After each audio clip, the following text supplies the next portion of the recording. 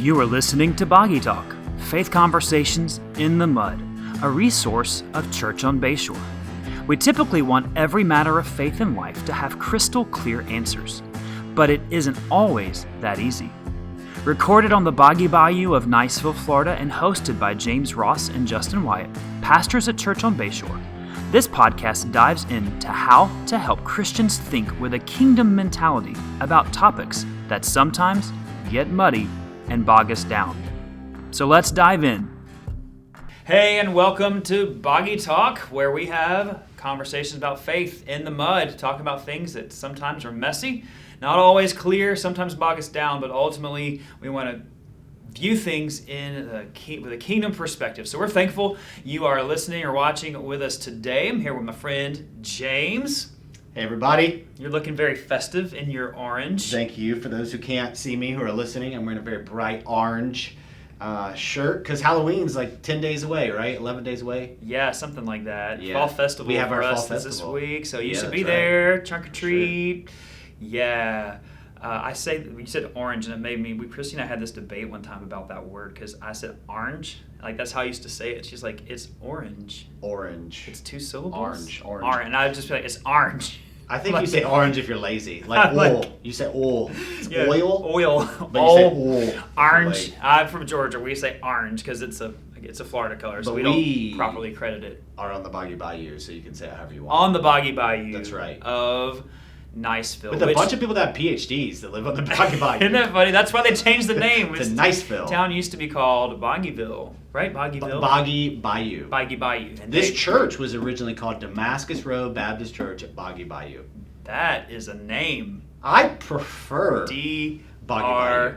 I don't prefer Damascus Road Church at. That's a lot of. Our church would have definitely made it into an acronym. People here in documents. That's right, and there would have been a flow chart about why it's called.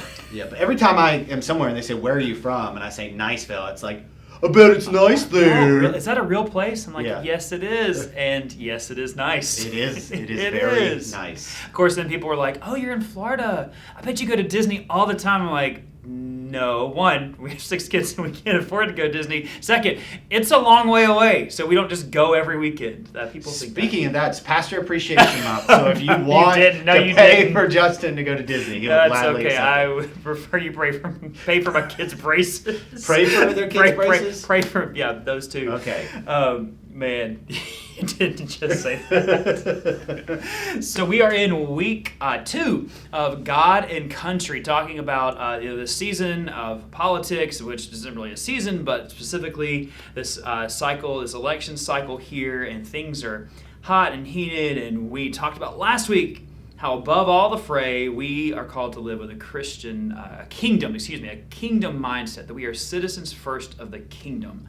And as we talk today, we're talking about two different mindsets, really, that kind of are two different, I guess, worldviews or perspectives of our nation. And I think all of us have seen recently how divisive and explosive things are. And I think as we talk about this, as a pastor, we want our people and our church, our friends, to just be able to be reasonable about conversations. And Paul writes in Ephesians 4, he says that 4:3 says that we should be eager, that we're bearing with one another in love, that we are eager to maintain the unity of the Spirit in the bond of peace. And that's can be hard right now. And I think what we default to sometimes is just thinking we've got to agree on everything.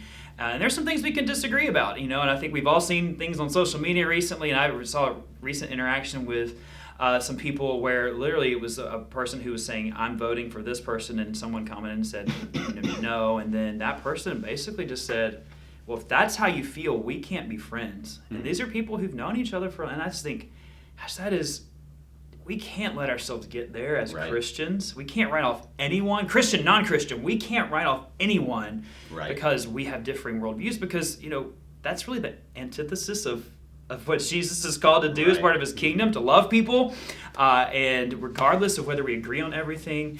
And so we want to just talk about that today. How do we approach this, different perspectives, different worldviews, and maintain the bond of peace? Yeah. Well, I think, before we talk about what we do with the differing views, I think it's important to understand why we have the differing views that we have. Each of us have a conscience, if that's the right word for it. And so, each of us kind of have these values, these beliefs, these ways that we view the world, that we view people, that we view everything. And our conscience has to be informed. I think Andy Stanley is the first person I ever heard say that. So a lot of people think, oh, well, this is just how I was wired. Like, I just was born thinking the way I think about the world. But it's really our experiences, our upbringing, teaching, that inform our conscience. And so each of us are viewing the world. We have a view of the world in some way that has been shaped, again, by our experiences or what we've been taught. Mm-hmm. Well, America, in its formation, at least from the majority of people who formed America as an independent nation, had a collective conscience. And the Declaration of Independence expresses this collective conscience, this shared view of how life should be and how society should be. And I'll just read a small part of the Declaration of Independence. It says, "We hold these truths to be self-evident, that all men are created equal, that they are endowed by their Creator with certain unalienable rights, that among these are life, liberty, and the pursuit of happiness.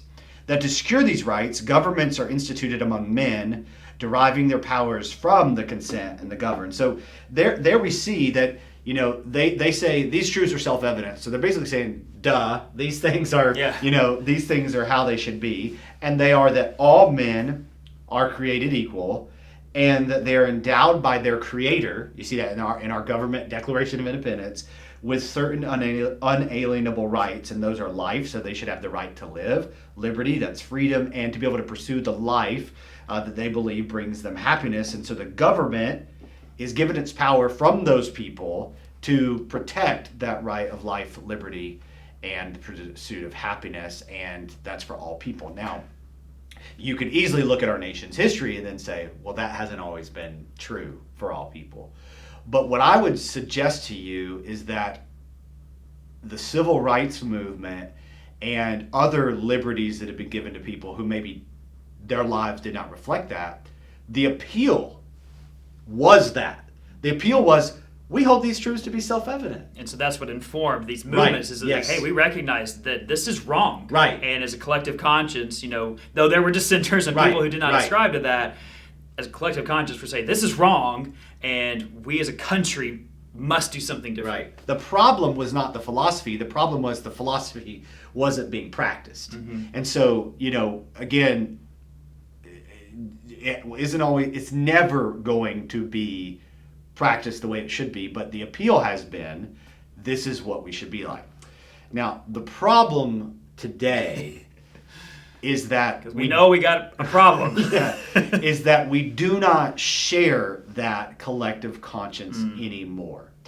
And I think last week I picked on conservatives, and again, I said last week I hate that phrase, and I hate the phrase liberal, but conservatives more. And this week it sounds like I'm picking on, liberals more. But I would say that certainly there is, from those who would label themselves as progressive, a move away from the Declaration of Independence, and certainly a move away from the fact that the Creator is the one who has given us these rights.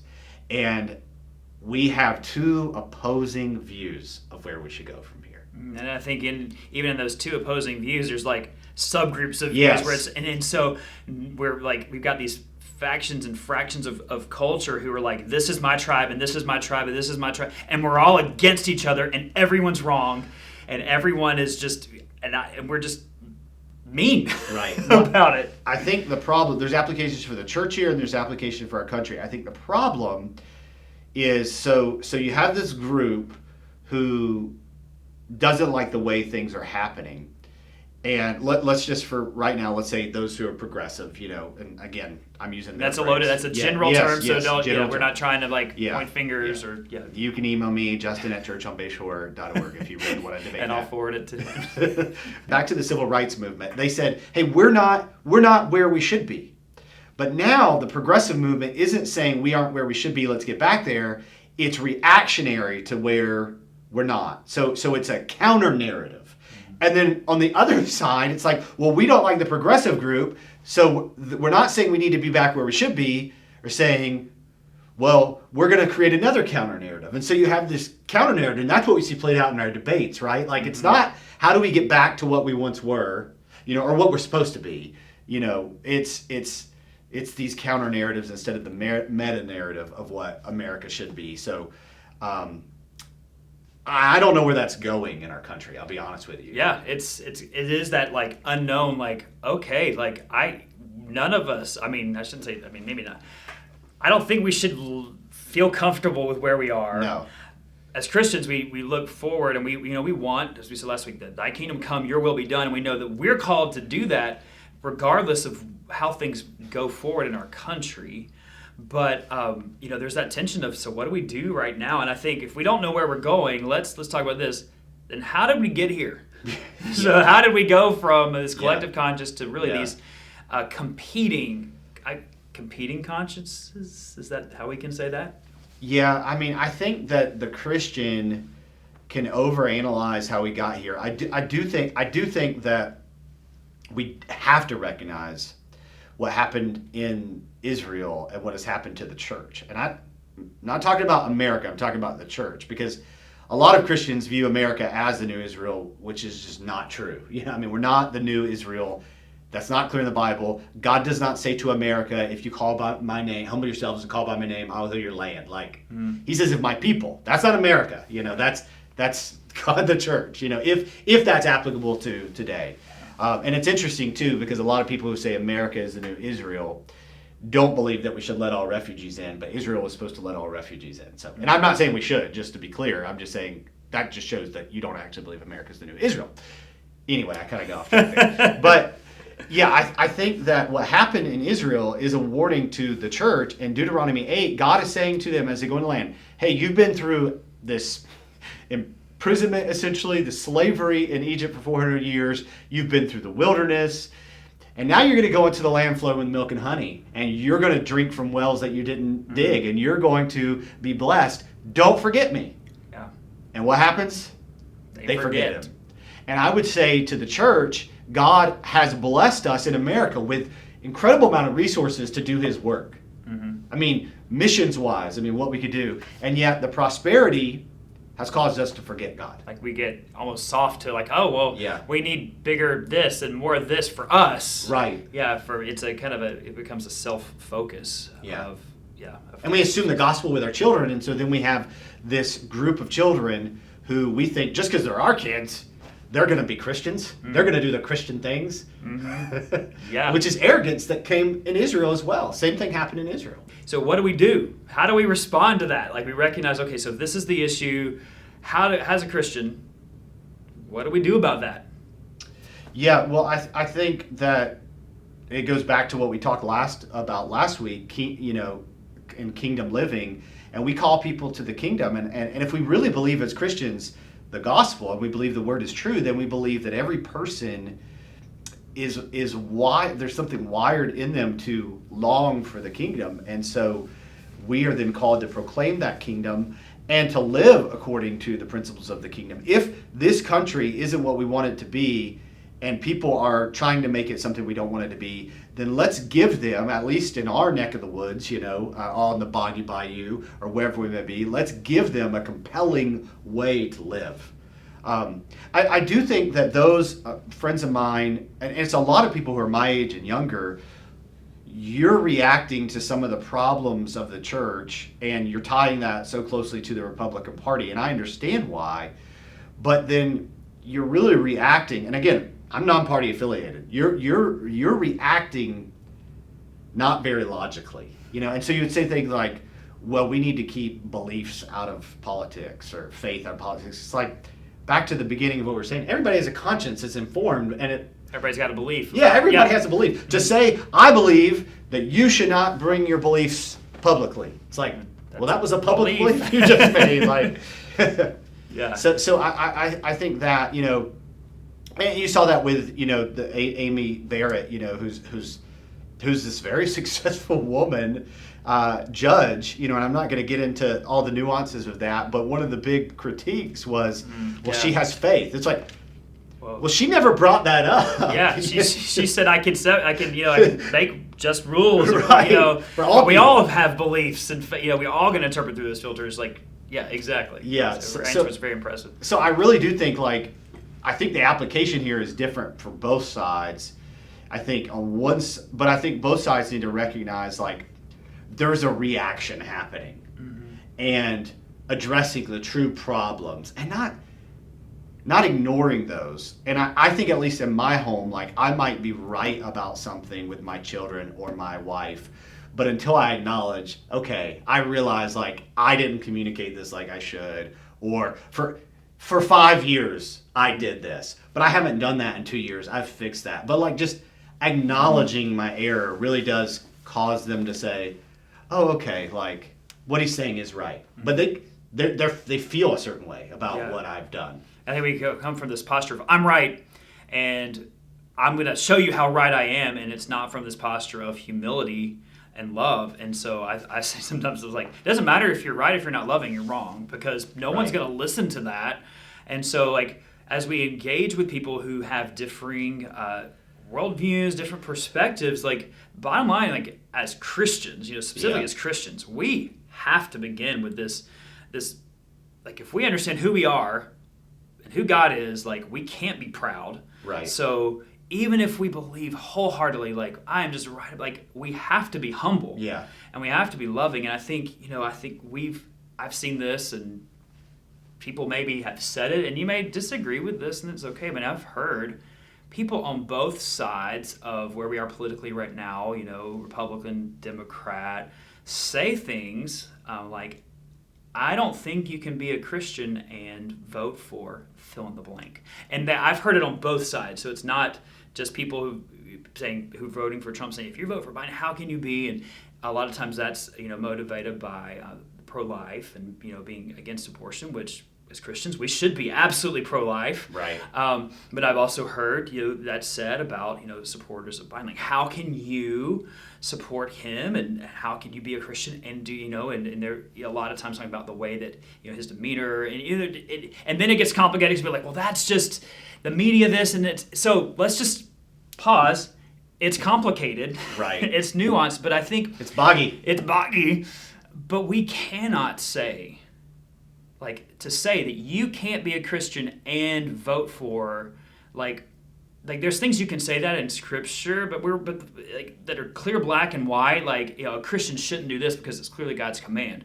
But to say you can't be a Christian and do this is to add to Scripture. And right. It's really, really dangerous for us. And I personally know people on both sides who I know that they love Jesus and are following him and are doing what they, even they share many of the same values, not just as kingdom, but even politically, but they say that this is how I'm voting based on what I think is the best decision for the conscience of beliefs. Yeah. But first and foremost, we are informed by Scripture. And because of that, we love people. Yeah. And that is priority over being, I have to win this argument. Right. At the end of the day, we are going to disagree about some things. Yeah, I know they're not members of our church, but I saw on Facebook just a couple days ago that, somebody was getting into it about something on Facebook, and then they just said, okay, well, you're a liberal. And okay, now I've written you off. Yeah. And I think, that is sobering, but I think what is more sobering, Justin, is that there are people who believe that they're going to stand before God and say, well, I always voted Republican, and I was in the U.S. military, and, I stood for the national anthem. And personally, just based on platforms, I'm non-party affiliated, but I've always voted Republican. And I'm thankful for our U.S. military, and I stand for the national anthem. But none of that gets me into heaven. Mm. So it's I think the maybe not the greater concern, but maybe the more close to home concern is if we say somebody's not a Christian, like you said, because they vote for so-and-so, then are we saying we are a Christian because we do because the I other did things? do this. And that Yeah. is diminishing the work of Christ. And I think, like, so Paul warns us as a church to judge ourselves, not to judge the world. And I think that's if I were to give any closing application to the church, it would be that we've got to say, what does God need to do in us, so that we can live for the kingdom. And I love that Paul said in 1 Corinthians to them, he said, hey, there's these people who are, sinners, the immoral brothers, all these people. And he says, and such were some of you. Yeah. That's who we were too. And Christ has either redeemed us from all that, or Christ has redeemed us and saved us from ever doing any of that. In our life. Absolutely. I think, we talk about our rights. Like, I have a right for that. I have a right to this. And I think of, Paul writes in 1 Corinthians 9, he's like, I have these rights, but I lay aside my rights so that I might win as many as possible. Yeah, that's and right. I think it's like we as Christians, in all of this, from the kingdom perspective, got to say, like, I'm willing to lay down my right to be right in order that I may win as many as possible. And I think, we've got to be people who, I think about this, like, so many people are writing people off relationally right now because of differing views of political things. Even Christians are writing each other off over things like this. And I think, like, I can't stand before God and say, well, I was done with them because we didn't see eye to eye on this issue. And I think Christians, we've got to remember, like, if you are compelled by the love of Christ, and if you love him first, like above all, then you can't write people off. Like, we will not lock eyes with anybody ever who was not created by God. Yeah. Like, in his image, like, right. the Imago Dei, like, created in the image of God. And we just can't write people off no matter how wrong we think they are. We can't just, like, they're created as in his image as eternal beings, and they will be eternally alive with Christ or separated from him. And am I willing, because of my pride and my desire to be right about an issue, to burn that bridge so that I have no relationship with them? Because, I mean, how else may they hear the gospel? I don't know. And so we've got to, like, kingdom first, kingdom of God first. And, so I think, wrap this up, like, what would be some practical, like how to have a conversation about hard stuff, like, this is hard and it's uncomfortable. How would you approach that? Yeah, I think, as you're talking, what's heartbreaking to me is this is true of families. Yeah, wow, yeah. It's talk about that. because there's a generational, difference in how we view the world. And, I think that a lot of families are torn by this.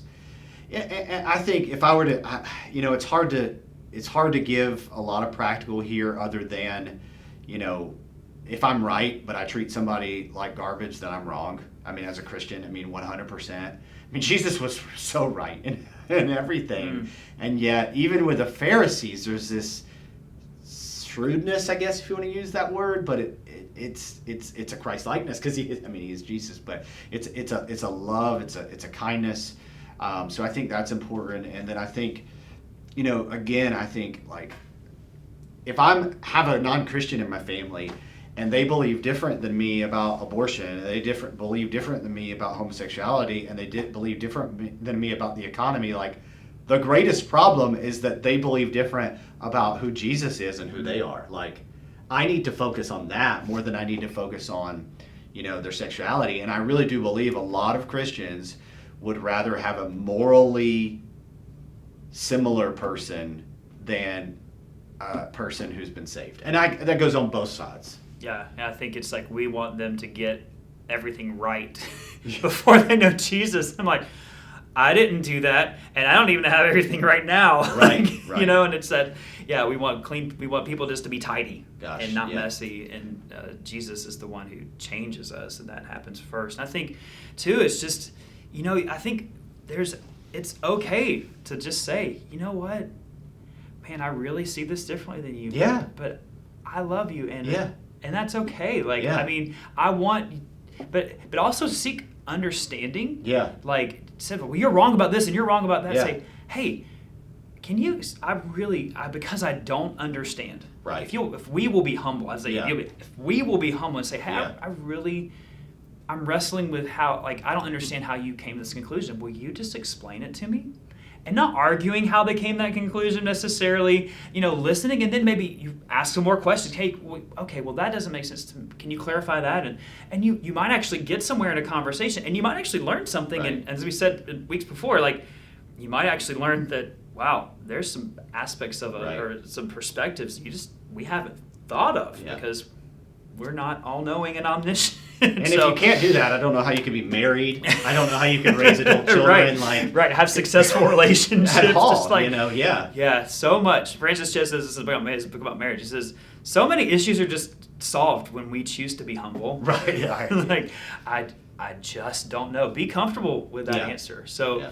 Well, that wraps up our time today, unless you got anything else to add on. No, I'm excited about next week. Yeah, so next week we have Pastor Dean and Sarah from City Church in Tallahassee, author of the book Unsaved Christian, who's going to be joining us for Boggy Talk, and we're going to be continuing this conversation about God and country. He's going to be sharing some of his perspective. His church is in Tallahassee, so two big influences, FSU, Florida State University, and other universities there as well, but that's a major university.